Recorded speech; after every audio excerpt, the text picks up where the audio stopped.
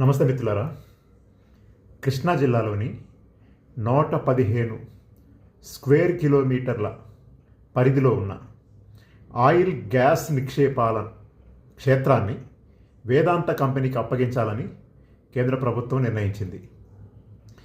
ఇది దేశ ప్రజల యొక్క సమిష్టి ఉమ్మడి సంపద, ఒక వ్యక్తి కంపెనీకి ఇచ్చేది కాదు.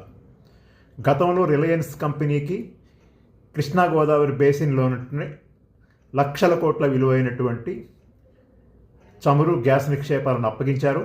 ఇప్పుడు అది వాళ్ళు వ్యాపారం చేసుకుంటున్నారు తప్ప మన రాష్ట్ర ప్రయోజనాలకు ఏమీ ఉపయోగపడటం లేదు.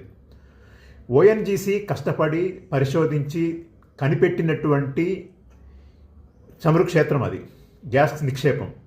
దాన్ని వీళ్ళు వాళ్ళకి చేజిక్కించుకునే పరిస్థితి వచ్చింది. ఓఎన్జీసీ ఏదైనా తవ్వి తీస్తే అది ఈ దేశానికి ఉపయోగపడుతుంది, ఈ దేశ ప్రజలందరికీ ఉపయోగపడుతుంది. రిలయన్స్ కంపెనీ కనుక అలాంటి పని చేస్తే, వేదాంత కంపెనీ కనుక అలాంటి పని చేస్తే అవి లాభానికి వేరే చోట్ల వేరే దేశాలకి మార్కెట్లో ఎక్కడ అనుకూలంగా ఉంటే అక్కడ అమ్ముకుంటారు.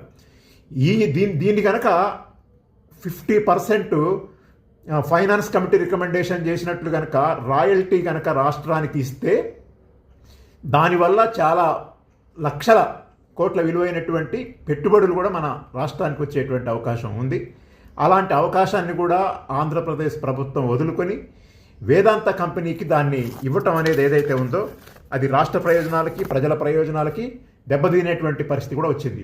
దీని మీద ప్రధానమైన మీడియా అంటే ఆంధ్రప్రదేశ్లో ఉన్నటువంటి ప్రతిపక్ష అదేవిధంగా అధికార పక్ష అనుకూల వ్యతిరేక మీడియా సంస్థలు ఏవి కూడా చాలా సైలెంట్గా ఉన్నాయి.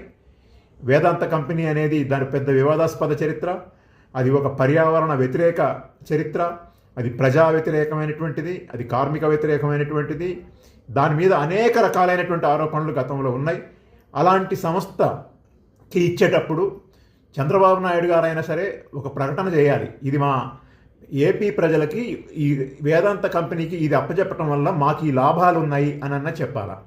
పర్యావరణ సమస్యలు రావు, దానివల్ల ఏమీ లేవు, లేదా ఉంటే ఏ మేరకు ఉన్నాయన్న చెప్పాలి.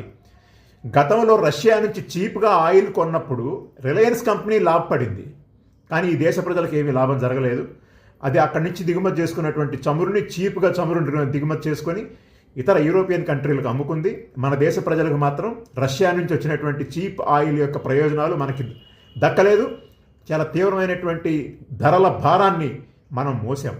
కాబట్టి ప్రైవేట్ కంపెనీల వల్ల వచ్చేటువంటి లాభము ఈ దేశ ప్రజలకు ఏమీ ఉండదు. ఓఎన్జీసీ లాంటి సంస్థల వల్ల ఆ రకమైనటువంటి ఉపయోగం ఉంటుంది.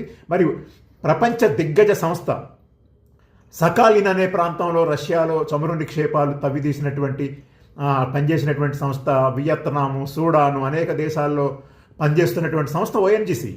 ఈ దేశంలో మొట్టమొదటి చమురు సహజ వాయువుల నిక్షేపాలను వెలికితీసి దేశ ప్రయోజనాలకు ఉపయోగించింది ఓఎన్జీసీ. మరి అలాంటి దిగ్గజ సంస్థని పక్కన పడేయాల్సినటువంటి అవసరం ఏమొచ్చింది? అది కదా ఇంతకుముందు దాన్ని పరిశోధించింది, దాన్ని అంతా కూడా కనిపెట్టింది అది కదా. మరి దాన్ని వదిలేసి మరి ఒక వ్యక్తి ప్రయోజనాల కోసం, ఒక కంపెనీ ప్రయోజనాల కోసం ఈ రాష్ట్రంలో ఉన్నటువంటి చమురు సహజ వాయువుల నిక్షేపాలని ఎందుకు ఆ రకంగా ఈ రాష్ట్ర ప్రయోజనాలను కూడా వదిలిపెట్టి వాళ్ళకి ఇవ్వాల్సి వస్తుందో అక్కడ ఉన్నటువంటి ప్రధాన రాజకీయ పార్టీలు, ప్రధాన మీడియా కూడా దీని మీద ఆన్సర్ చేయాల్సినటువంటి అవసరం ఉంది.